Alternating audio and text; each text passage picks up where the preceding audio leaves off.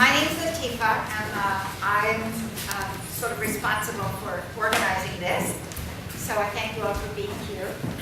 And we just were awarded yesterday. This is the second year of doing a Poems for Peace event, and we hope that it will be leading to all of Austin having a citywide celebration of Peace Day, which is always on the 21st of September. And I thank you so much for coming today, because today is one of the first lovely days to be outside. And thank you for coming inside. And I also want to thank our poets for coming today and our performers. And I also want to invite you, when you're out in the lobby later, to check out the banners that are there. These are banners that were created by the people at VSA, Texas, Very Special Arts, which is an organization here in Austin for people with disabilities. And they created some wonderful poems on banners, and also they wrote poems in a workshop. And they're on a counter inside what looks like a little greeting card. There's their little poems there. So I hope you'll have a chance to look at their poems, and some of them are here with us today. And thank you, VSA, for taking part in this. So before we begin, I just wanted to read the proclamation we got from the mayor yesterday for Poems for Peace. So, and that was a very good poem. So, be it known, proclamation, be it known that whereas Poems for Peace is a global initiative begun last year in Austin by the Sulut International Cultural Association, SICA, to celebrate International Peace Day, and whereas poems are found in every culture, every country, every language, and every walk of life. They are in our nursery rhymes, our music, our holy books, our history, our prayers, and our hearts. And whereas when we share a poem with someone, through writing, reciting, performing, drawing, or singing it, we connect to a place inside each of us that knows imagination, empathy, compassion, forgiveness, love, and respect, the building blocks of humanity and peace. And whereas we urge Austinites to join the local festivities celebrating peace at the ZAC that are part of similar activities taking place globally. Now, therefore, I, Lee Leffenwell, Mayor of the City of Austin, Texas, do hereby proclaim September 21st, 2013 as Poems for Peace Day.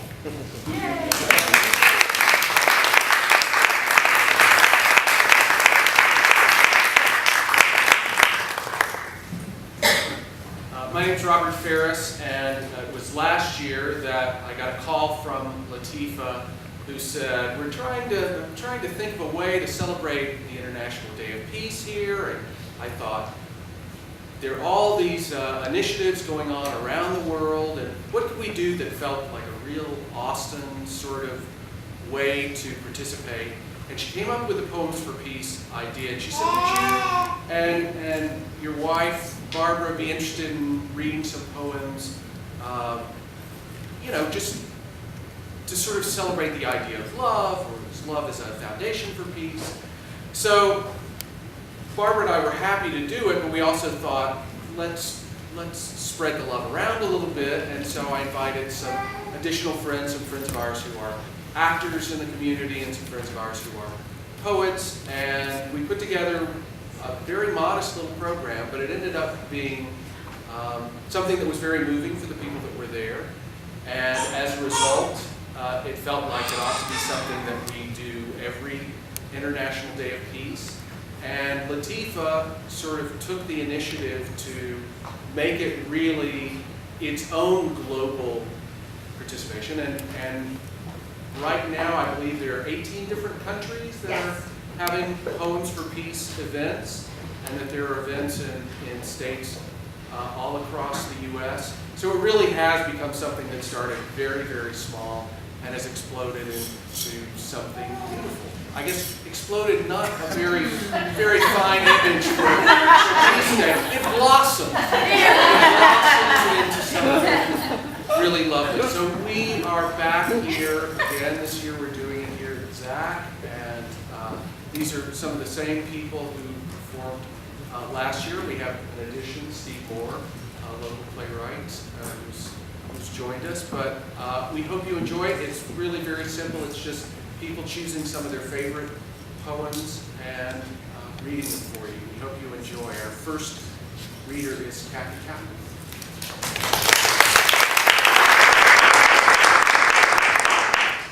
After all those lovely, uplifting words, my first poem is a total bummer. And it's also kind of famous, you may know it. It's by Wilfred Owen, who was a World War I poet, who in fact died 3 days before the armistice.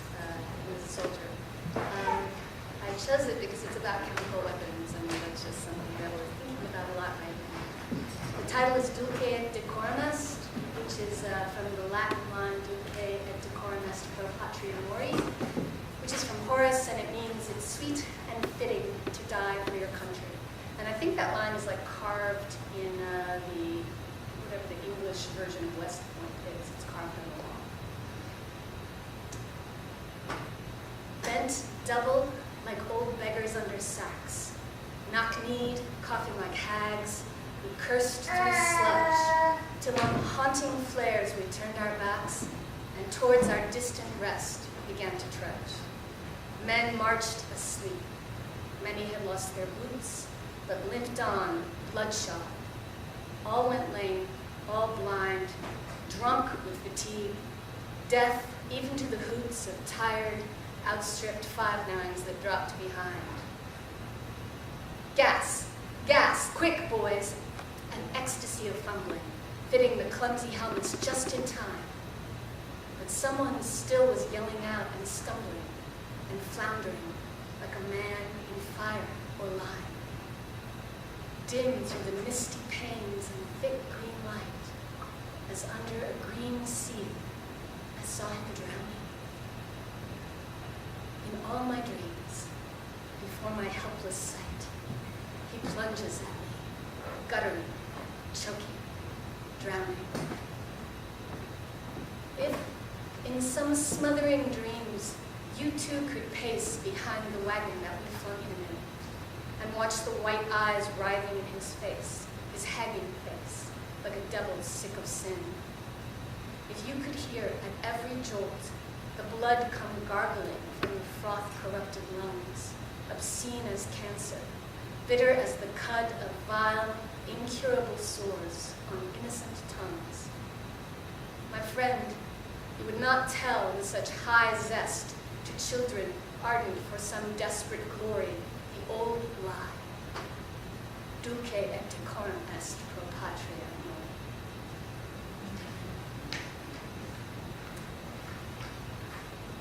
Okay, this one's nicer. This one, because it just sounds like ugly people to say it, but I think that peace, I do think that peace really does have to start with like changing the way you interact with the world, and the way I interact with the world anyway.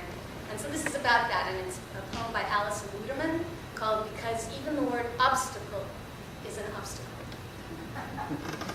Try to love everything that gets in your way. Chinese women in flowered bathing caps, murmuring together in Mandarin, doing leg exercises in your lane, while you execute 36 furious laps, one for every item on your to-do list. The heavy-bellied man who goes thrashing through the water like a horse with a harpoon stuck in its side, whose breathless tsunamis rock you from your course. Teachers all. Learn to be small and swim through obstacles like a minnow without grudges or memory. Dart toward your goal, sperm to egg, thinking obstacle is another obstacle. Try to love the teenage girl idly lounging against the ladder, showing off her new tattoo. Cette vie est la mienne. This life is mine, in thick blue-black letters on her ivory instep. Be glad she'll have that to look at all her life. And keep going. Swim by an uncle in the lane next to yours who's teaching his nephew how to hold his breath underwater, even though kids aren't allowed at this hour. Someday, years from now, this boy who's kicking and flailing in the exact place you want to touch and turn will be a young man at a wedding on a boat, raising his champagne glass in a toast when a huge wave hits, washing everyone overboard. He'll come up coughing and spitting like he is now. Then he'll come up like a cork, alive. So your moment of impatience must bow in service to a larger story. Because if something is in your way, it is going your way, the way of all beings, towards darkness, towards light.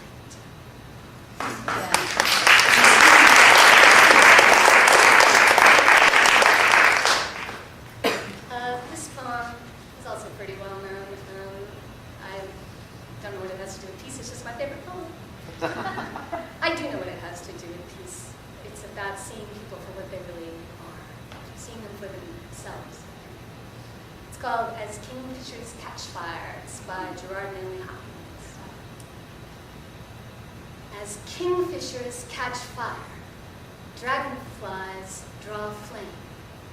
As tumbled over rim in roundy wells, stones ring.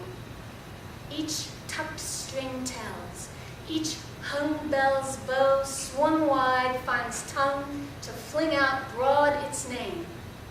Each mortal thing does one thing and the same, deals out that being indoors each one dwells, selves, goes itself.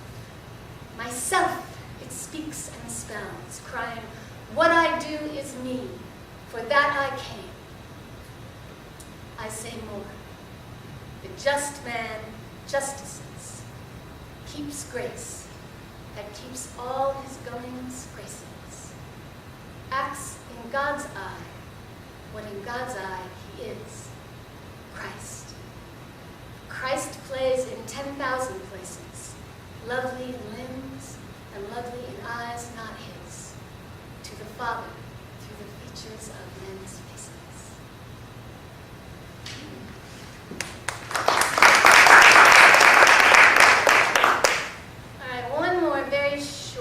Technically not poetry, but it's from an introduction to a collection of poetry. So from the introduction to Leaves of Grass by Walt Whitman. And it's called This Is, well, I don't know. Usually when we see it excerpted, it's called This Is What You Shall Do. And one of the things that you shall do is read poetry. You'll see when I come to it, preferably Leaves of Grass. But I think it's true. You shall read poetry. This is what you shall do. Love the earth and the animals, despise riches, give alms to everyone that asks, stand up for the stupid and crazy, devote your income and labor to others, hate tyrants, argue not concerning God, have patience and indulgence toward the people, take off your hat to nothing known or unknown or to any man or number of men, go freely with powerful, uneducated persons, and with the young, and with mothers of families. Read these leaves in the open air every season of every year of your life. Re-examine all that you have been told at school or church or in any book. Dismiss whatever insults your own soul. And your very flesh shall be a great poem and have the richest fluency, not only in its words, but in the silent lines of its lips and face, and between the lashes of your eyes, and in every motion and joint of your body.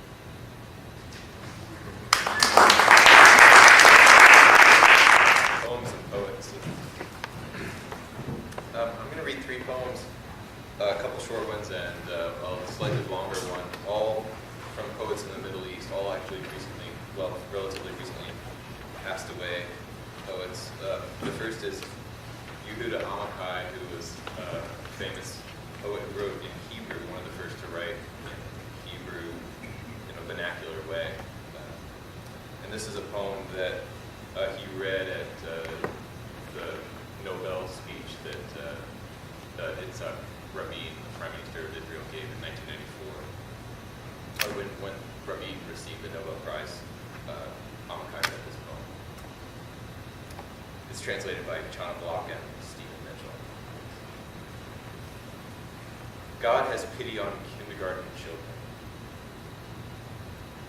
God has pity on kindergarten children. He has less pity on school children. And on grown-ups, he has no pity at all. He leaves them alone. And sometimes they must crawl on all fours in the burning sand to reach the first aid station covered with blood. But perhaps he will watch over true lovers and have mercy on them and shelter them, like a tree over the old man sleeping on a public bench. Perhaps we too will give them the last rare coins of compassion that Mother handed down to us, so that their happiness will protect us now and in other days.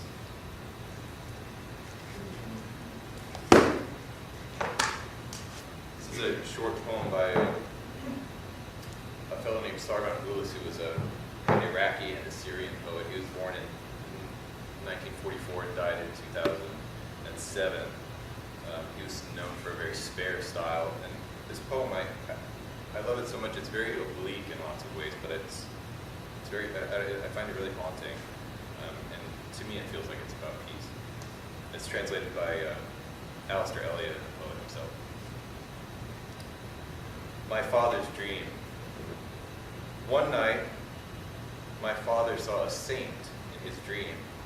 He saw a tall saint who spoke to him with eyes burning like 2 embers, in a voice full of authority, very sure of being obeyed. In the morning, my father went out to knock on village doors one after another, to tell his dream while he rolled a cigarette of cheap tobacco, with the face of somebody returned from war, or a soldier staring in amazement at the stump of his amputated leg. He had forgotten to shave for many days, and was jobless for as long as history. In his hands that knew only how the hammer weeps, as it drives his days with cuneiform tears into the heart of wood, in his hands of skin and bone, he stubbornly clutched the rosary of the future with orphan beads, and saw winter after winter send the carriage of hope rolling off into a snowstorm to disappear, trailed by a star and a pack of emaciated wolves. He kept knocking on the doors, one after another, the sack of burlap on his back filling up as evening advanced, with loaves of bread, the village's black rice, tea, and salt, whenever he told his dream, which he did more than 50 times, until I knew it by heart. He had taken me along to carry the sack when he got tired.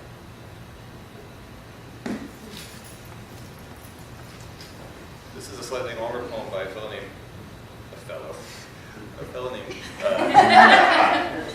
Mahmoud Darwish, who was the sort of national poet of Palestine for years and years.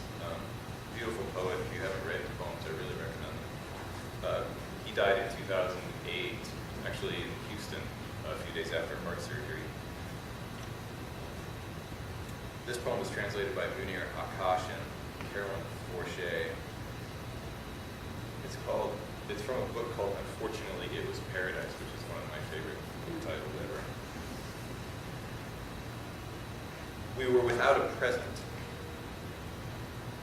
Let us go as we are, a free woman and a loyal friend. Let us go together on our separate paths. Let us go as we are, separate and as one. Nothing causes us pain, not the final parting of the doves, nor the cold in our hands, nor the wind around the church. All the blossoming almonds were not enough. Smile then, so that the almonds will bloom even more between the butterflies of 2 dimples. Soon we have another present. If you look behind you, there is only exile, your bedroom, the willows in the garden, the river behind the buildings of glass. and the cafe of our trysts. All of them, all are preparing to go into exile. Let us be kind then. Let us go as we are, a free woman and a friend who is loyal to flutes. We did not have time to grow old together, to walk wearily to the cinema, to witness the end of Athens' war with its neighbors and the banquet of peace between Rome and Carthage. Soon the birds will fly from one epoch to another. A path of dust took the form of meaning and led us on a brief journey between myths. It was inevitable, as we are inevitable. Does the stranger see himself in the mirror of another stranger? No, this is not the path to my body. This is no cultural solution to existential concerns. Wherever you are, there is heaven for me. Who am I to give you back the sun and moon of the past? Let us be kind. Let us go as we are, a free lover and her poet. All the snows of December were not enough. Smile then, so that the snow may be like cotton on the prayers of the Christian.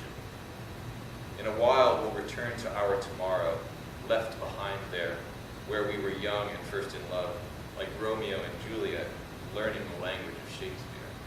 Butterflies fluttered out of sleep, as if they were the spirits of a swift peace, but killing us in the struggle over a name between two windows. Let us go then and be kind. Let us go as we are, a free woman and a loyal friend. Let us go as we are.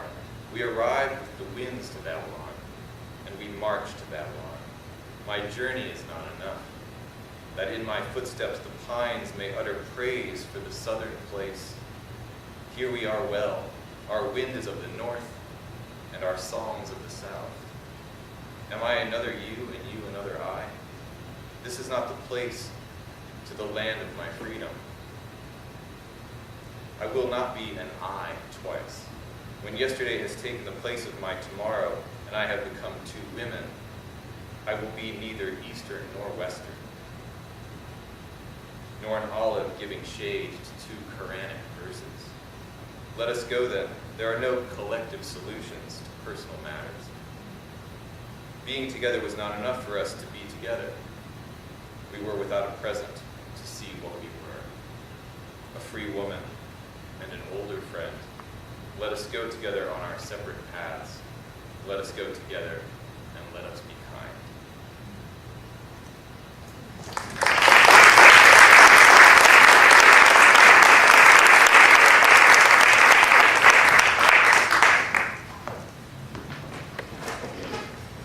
Kenneth Slessor is one of the major Australian poets of the 20th century.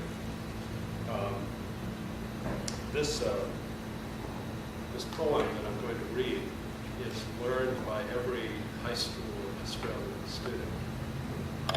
They're just the way Wilfred Owen's poems are learned by every British student, especially not the one Kathy read, but the one that ends each slow dusk of drawing down lines. This poem is about the battles that took place in the summer and fall of 1942 in the southern Mediterranean near a town called El Alamein, which is just west of the Arab Gulf, which itself is just west of Alexandria. This was a major battle. It was really the first battles that the Allies won, and it marked a kind of turning point in the Second World War. There's an interesting extra aesthetic story, though, about this poem. Slessor wrote it right after those battles in 1942. It was the last poem he wrote, though he didn't die until 30 years later. So it's almost as if this poem was silenced for the rest of his career.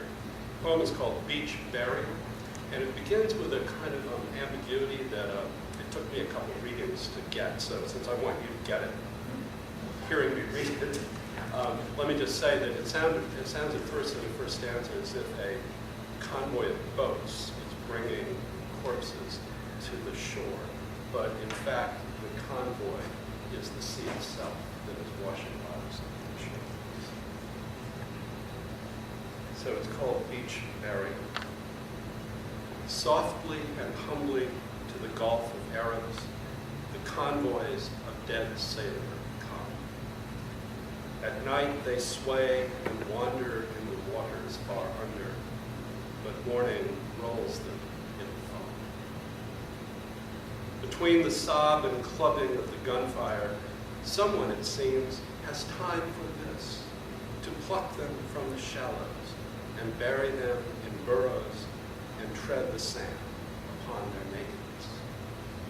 And each cross, the driven stake of tied wood, bears the last signature of men, written with such perplexity, with such bewildered pity, the words choke as they begin, unknown seaman. The ghostly pencil wavers and fades, the purple drips. The breath of the wet season has washed their inscriptions as blue as drowned men's lips. Dead seamen, gone in search of the same landfall, whether as enemies they fought, or fought with us, or neither. The sand joins them together, enlisted on the other front.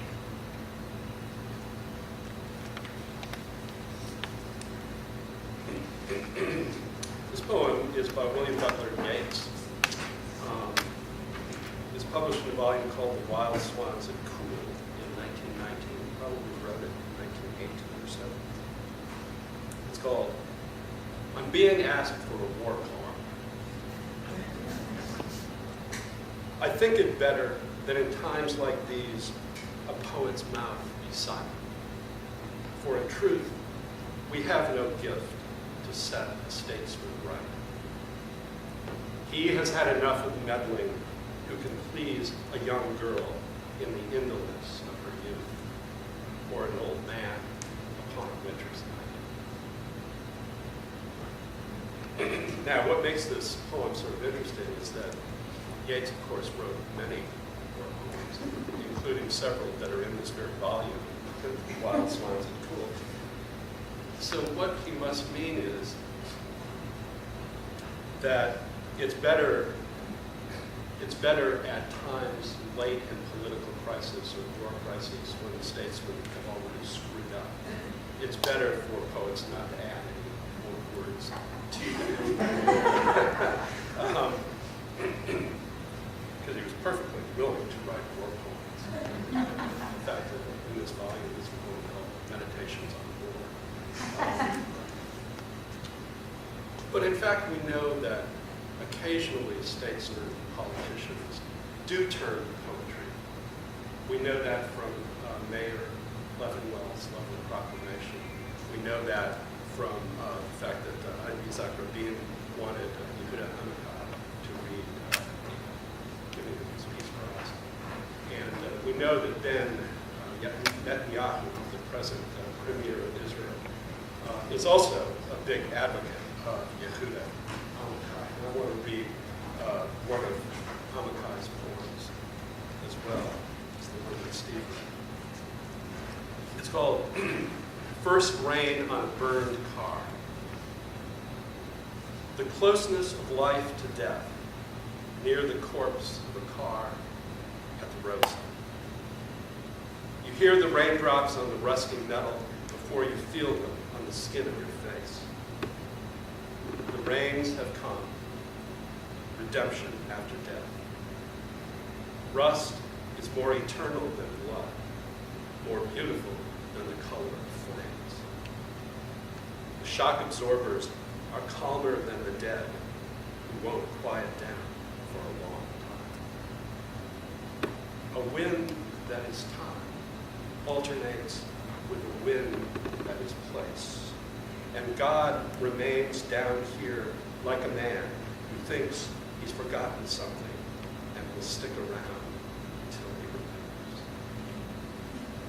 And at night, like a wondrous melody, you can hear man and machine on their slow journey from a red fire to a black peace, and from there to history, to archaeology, to the beautiful strata of geology. That too is eternity and a deep joy. Like human sacrifice that became animal sacrifice, then loud prayer, then prayer in the heart, and then no prayer at all.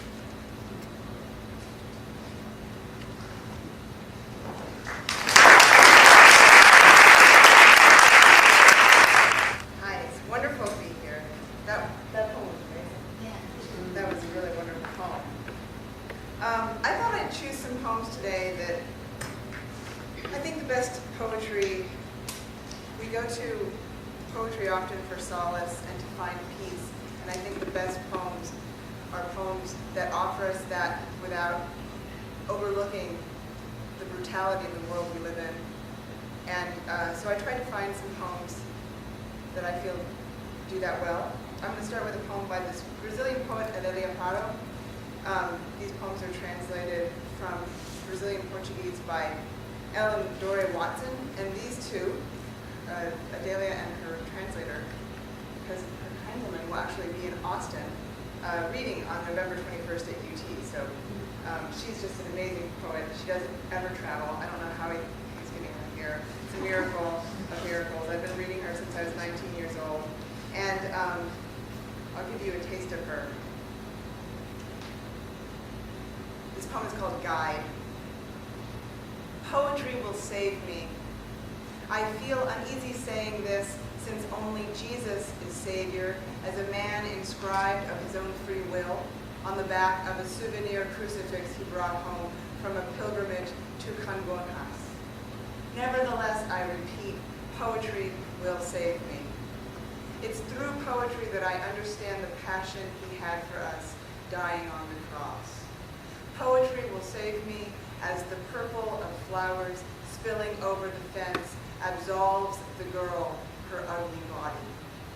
In poetry, the Virgin and the saints approve of my apocryphal way of understanding words by their reverse, my decoding the town crier's message by means of his hands and eyes. Poetry will save me. I won't tell this to the four winds because I'm frightened of experts, excommunication, afraid of shocking the faint-hearted, but not of God. What is poetry if not his face touched by the brutality of things? Well, I love that poem. She'll be here. If you want more, I guess keep looking at the UT MFA website. November 21st, 7 o'clock, Joins Reading Room. Wonderful. No, Joins Reading Room is in Carruthers Hall on White Street. The plantation programs? Yes. Right, okay. This second poem I'm going to read is by the poet W.S. Merwin, and it's called Thanks. W.S. Merwin is, he's known for not using punctuation marks in his poems and creating this great rhythm. So this poem, as I'm reading it, you can imagine that it doesn't have any punctuation marks, which maybe you will forgive me if I stumble into from one sentence into another. It's called Thanks. Listen, with the night falling, we are saying thank you. We are stopping on the bridges to bow from the railings. We are running out of the glass rooms with our mouths full of food to look at the sky and say thank you. We are standing by the water thanking it, smiling by the windows looking out in our directions, back from a series of hospitals, back from a mugging. After funerals, we are saying thank you. After the news of the dead, whether or not we knew them, we are saying thank you. Over telephones, we are saying thank you. In doorways and in the backs of cars, and in elevators remembering wars, and the police at the door, and the beatings on stairs, we are saying thank you. In the banks, we are saying thank you. In the faces of the officials and the rich, and of all who will never change, we go on saying thank you, thank you. With the animals dying around us, With our lost feelings, we are saying thank you.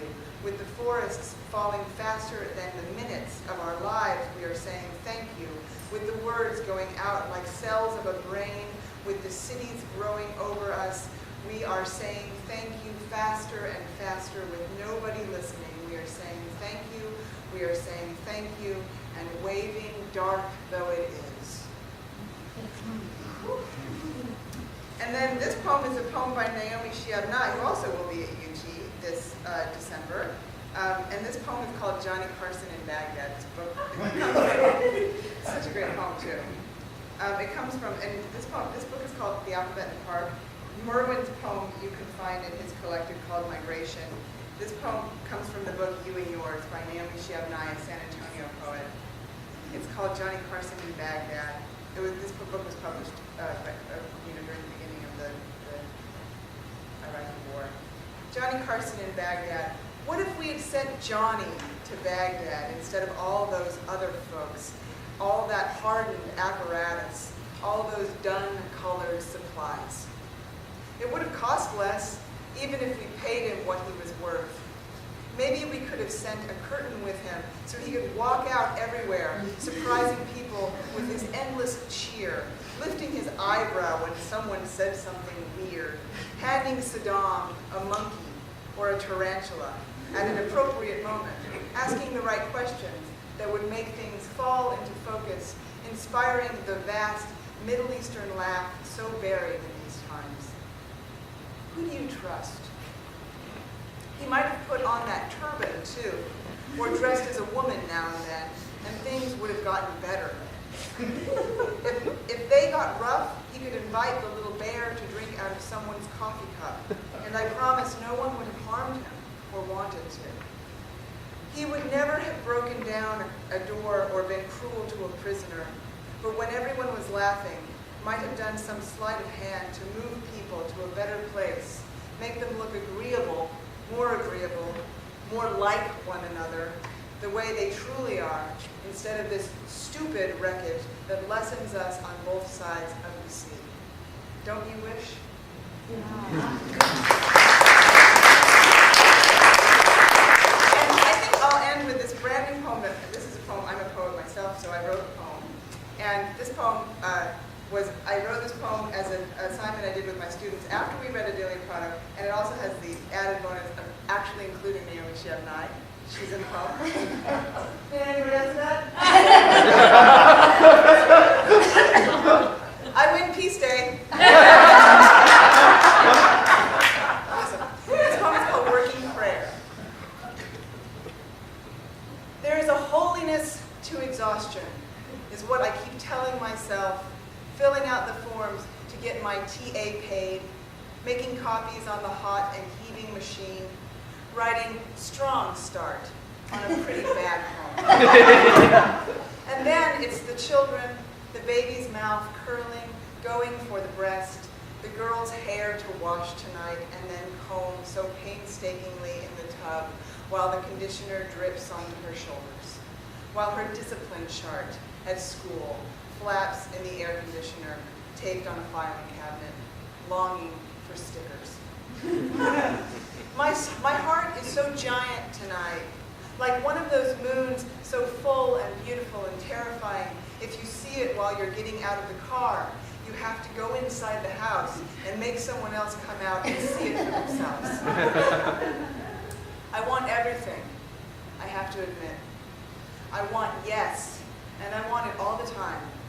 I want a clean heart. I want the children to sleep and the rain to come down. It's supposed to monsoon, is what Naomi said, driving away this morning. And she was right, as usual. It's monsooning. And still, I want and want, even as the streets are washed clean and then begin to flood. Even though the man came again today to check the rat traps and said he bet we'd catch the rat within 24 hours. We still haven't caught the rat. So I'm working at the table tonight with my legs folded up underneath me. I do want to know what is holy. I do. But first, I want the rat to die. I am thirsty for that death, and will drink deeply of that victory, that thwack of the trap's horrible toothed jaw, and I will rush to see the evidence. No matter how gory, I will rush to lean over and peer behind the washing machine. That's what I mean. Thank you.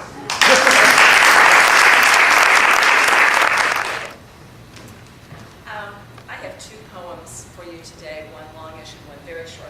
And they're both by Denise Levertov, who wrote a great many anti-war poems in the 70s and 80s. And when I was looking at her work again a couple of weeks ago, I came across this first one, which I remembered liking so much the first time I read it. And then I thought, well, maybe it's a little dated, maybe it's too much a product of its time. But on second reading, I decided, no, it's still plenty relevant. The title of it also tells you where she first presented it. Anti-Draft Rally, D.C., March 22nd, 1980. As our planet swings and sways into its new decade under the raped moon's weary glance, I've heard the voices of high school kids on the bus home to the projects, of college students, some of them female this time, in the swimming pool locker room saying, if there's a war, I don't want to get drafted, but if there's a war, I'll go. If there's a war, I'd like to fight. If there's a war, I'll get pregnant. Bomb Tehran, bomb Moscow, I heard them say. They're the same ones, male and female, who ask, which came first, Vietnam or Korea? What was My Lai? The same kids who think Ayatollah Khomeini's a, quote, commie, who think World War II was fought against, quote, Reds, namely Hitler and some Japs. No violence they've seen on the flickering living room screen since infancy, or the movies of adolescent dates, the dark so much fuller of themselves, of each other's presence than of history, and the history anyway twisted, not that they have any way to know that. The dark, vibrant with themselves, with warm breath, half-suppressed mirth, the wonder of being alive, terrified, entranced by sexual fragrance each gives off among popcorn, clumsy gestures, the weird response of laughter when on that screen death's happening. Wow, unreal. And people suffer or dream aloud. None of that spoon-fed violence prepares them. The disgusting routine horror of war eludes them. They think they would die for something called America, vague as true dreams are not. Something they call freedom, the free world, without ever knowing what freedom means, what torture means, what relative means. They are free to spray paint walls with crude assertions, numbers, pathetic names, free to disco, to disagree if they're at school with the professor. Great. They don't know that's not enough. They don't know ass from elbow, blood from ketchup. That knowledge is kept from them. They've been taught to assume if there's a war, there's also a future. They know not only nothing in their criminally neglected imaginations about the way war always meant not only dying but killing, not only killing, but seeing your buddy in the act of killing, not nice. Not only your buddy killing, but the dying of those you killed yourself, not always quick, and not always soldiers.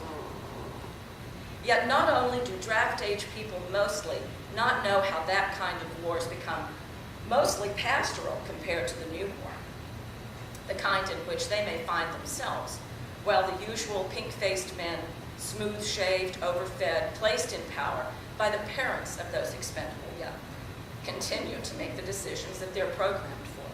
But also, they know nothing about radiation, nothing at all about lasers, nothing at all about the bombs the Pentagon sits on like some grotesque chicken caged in its nest and fed cancerous hormones, exceed and exceed and exceed Hiroshima, over and over and over in weight, in horror, in power, in the horror of genocide.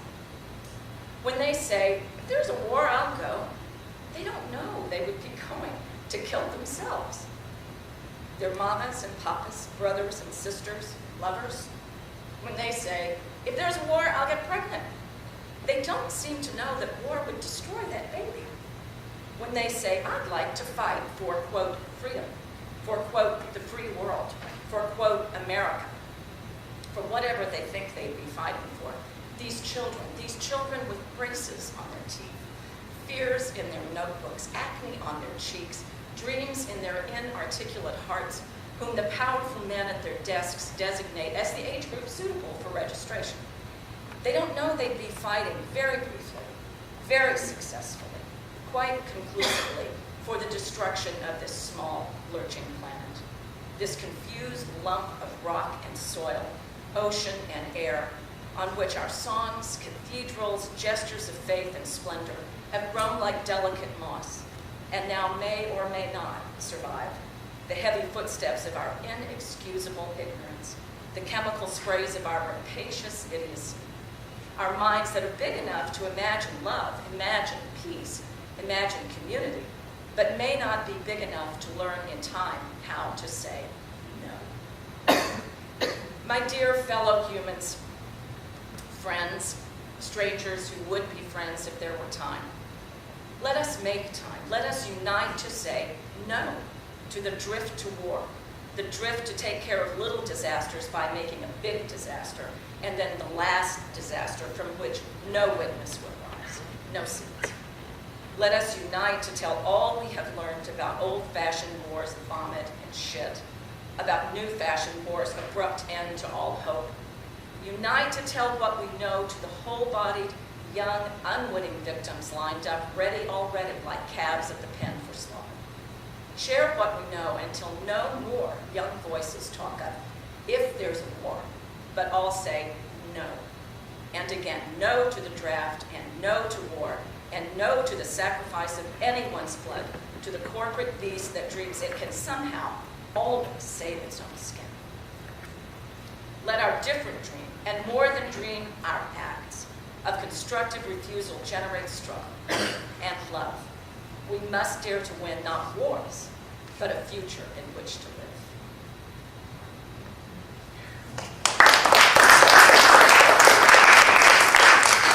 And this one is not quite so cool. It's called Beginners, and she starts by quoting 4 lines from Swingland.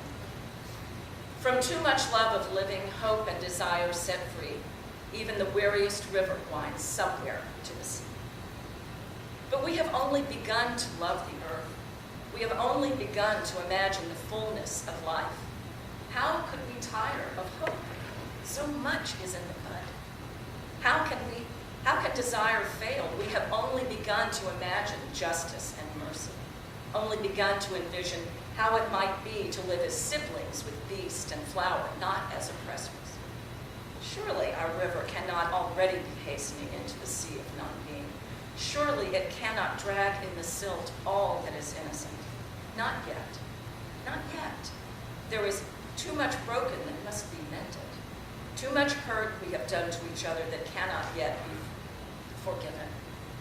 We have only begun to know the power that is in us if we would join our solitudes in the communion of struggle. So much is unfolding that must complete its gesture. So much is in the bud.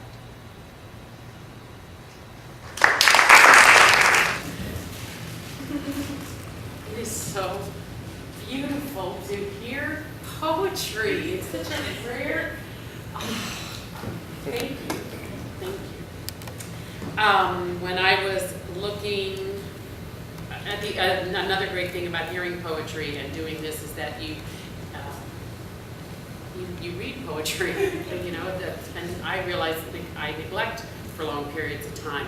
And as I was thinking about this day, a friend of mine who is a poet who lives here sent this to me, and I went, well, thank you. Here's my first poem.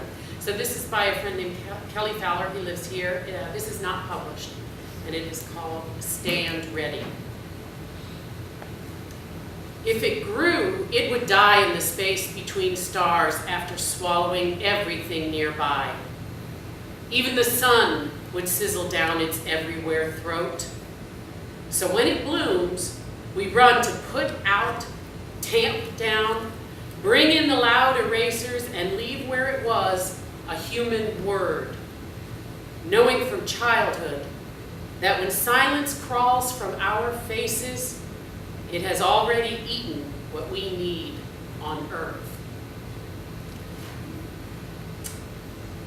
This is a poem by Micheline Landor or Vandor, I'm not sure how to pronounce it. She's a British poet, and I found this, Roz, as I was looking through poems. This is something I believe you read in middle school, and I had forgotten about it, and went, I love this poem. And I think it was in Christianity's mythology, this was the first end of peace. It is called Eve in the Morning, and it's from Gardens of Eden Revisited. Look, it was only a tree, for God's sake. You eat one apple and they remember you forever. You only want to be left in peace. A snake? Don't be silly. Knowledge? You read too many good books. Naked? So I like the sun. I tan easy. You work your ribs to the bone, setting up the human race, and do you get any thanks? I was glad we had to move. Get a decent place. Those ants are everywhere, and I mean everywhere. Well, I've got a lot of grandchildren now, a little too much begetting. Maybe, but as long as they've got their health and strength. I was always a good mother. No one can say I wasn't a good mother.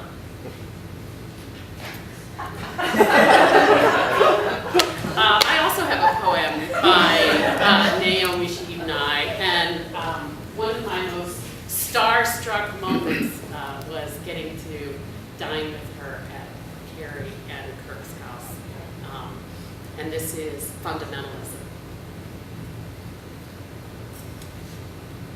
Because the eye has a short shadow, or it is hard to see over the heads in the crowd. If everyone else seems smarter, but you need your own secret. If mystery was never your friend. If one could satisfy the infinite heart of heavens. If you liked the king on the golden throne more than the villagers carrying baskets of lemons. If you wanted to make sure his guards would admit you to the party. The boy with the broken pencil scrapes his little knife against the lead, turning and turning as a point emerges from the wood again. If he would believe his life is like that, he would never follow his father into war. This is Gulf Memo by Stephen Sandy. He is a 20th century poet who, as I was reading about him, he taught at Bennington for many, many years. And my friends who teach there. Anyway, this Gulf Memo. Tell me the way to the wedding. Tell me the way to the war. Tell me the needle you're threading. I won't raise my voice anymore. And tell me what axe you are grinding, where the boy on the bivouac believes, what reel you are unwinding for the girl in her bed who grieves. While behind a derrick's girder he watches the sinking sun, he asks what he'll do for murder and what he will do for fun. Will you read him the ways of war, his Miranda rights in sin? Will you tell him what to ignore when he studies your discipline? He dozes off, but he shakes in a dream that he is one. Death finds a bed and wakes just as the night is done. Tell me what boats go ashore, riding the oil-dimmed tide, red streamers and black in store for the boy with a pain in his side. And tell me where they are heading tonight. Now, tell me the score. Tell me the way to their wedding. I won't raise my voice anymore. Yeah, so there is a pop quiz. It would be poetry class without a pop quiz. No. One of the things that came out of last year's session was when we were finished, people came up and would ask us, where is that poem from? I want to be able to find that poem and get a copy myself.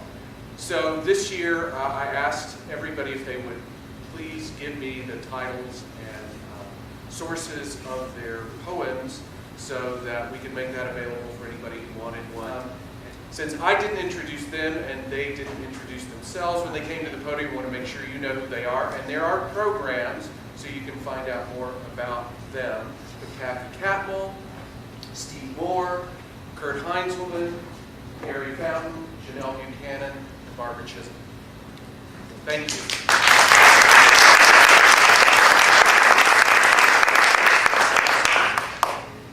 And I would also like to point out that when I approached each of them and said, you know, just you have close to 10 minutes, you can read whatever you want.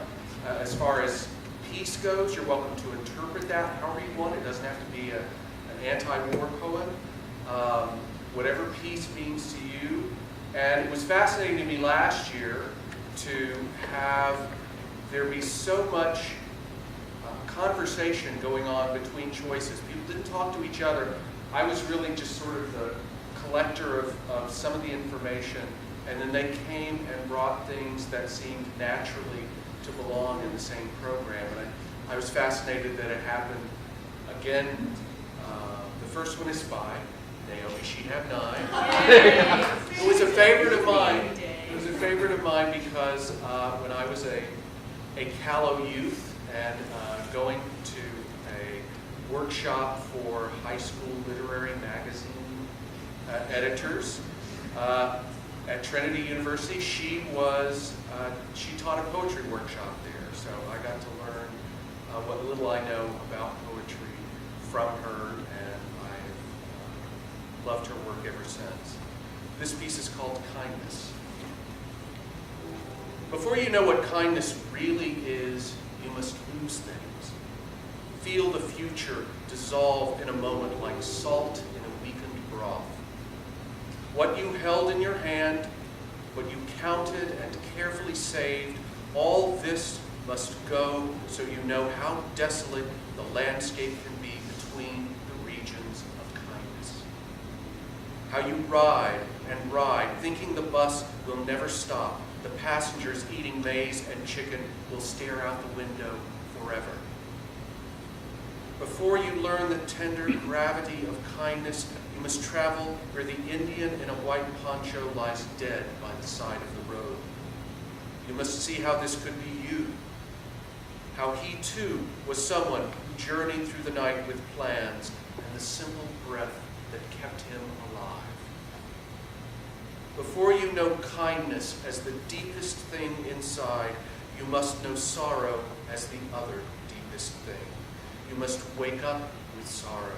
You must speak to it till your voice catches the thread of all sorrows and you see the size of the cloth. Then it is only kindness that makes sense anymore. Only kindness that ties your shoes and sends you out into the day to mail letters and purchase bread. Only kindness that raises its head from the crowd of the world to say, "It is I you have been looking for," and then goes with you everywhere like a shadow or a friend.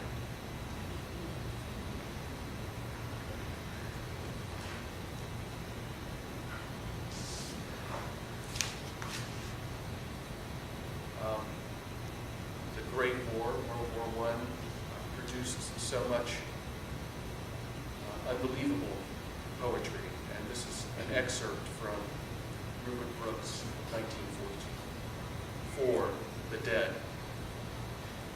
These hearts were woven of human joys and cares, washed marvelously with sorrow, swift to mirth. The years had given them kindness. Dawn was theirs, and sunset, and the colors of the earth.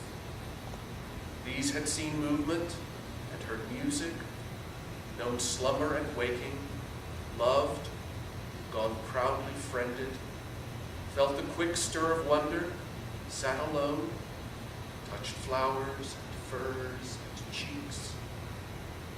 All this is ending. There are waters blown by changing winds to laughter and lit by the rich skies all day.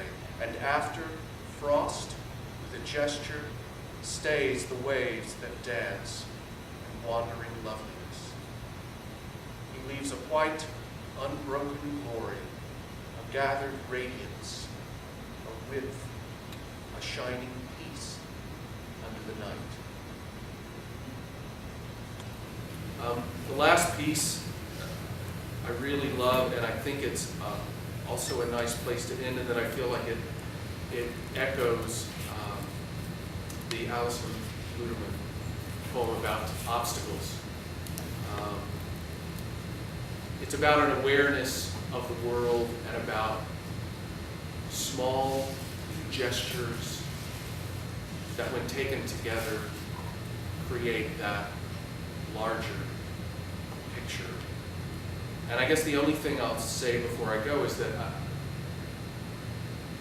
I'm with everybody here that, yes, you shall read poetry, and that it has an important presence in our lives, and I hope, if nothing else, you'll spend the rest of the day somewhat hearing the poetry in songs, in actual poems, in the faces of the people you see in the natural world.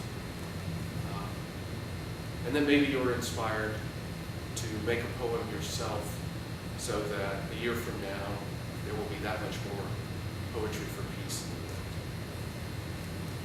world. Our last poem is The Just by Jorge Luis Borges. A man who cultivates his garden, as Voltaire wished. He who is grateful for the existence of music. He who takes pleasure in tracing an etymology. Two workmen playing at a cafe in the South a silent game of chess. The potter contemplating a color and a form.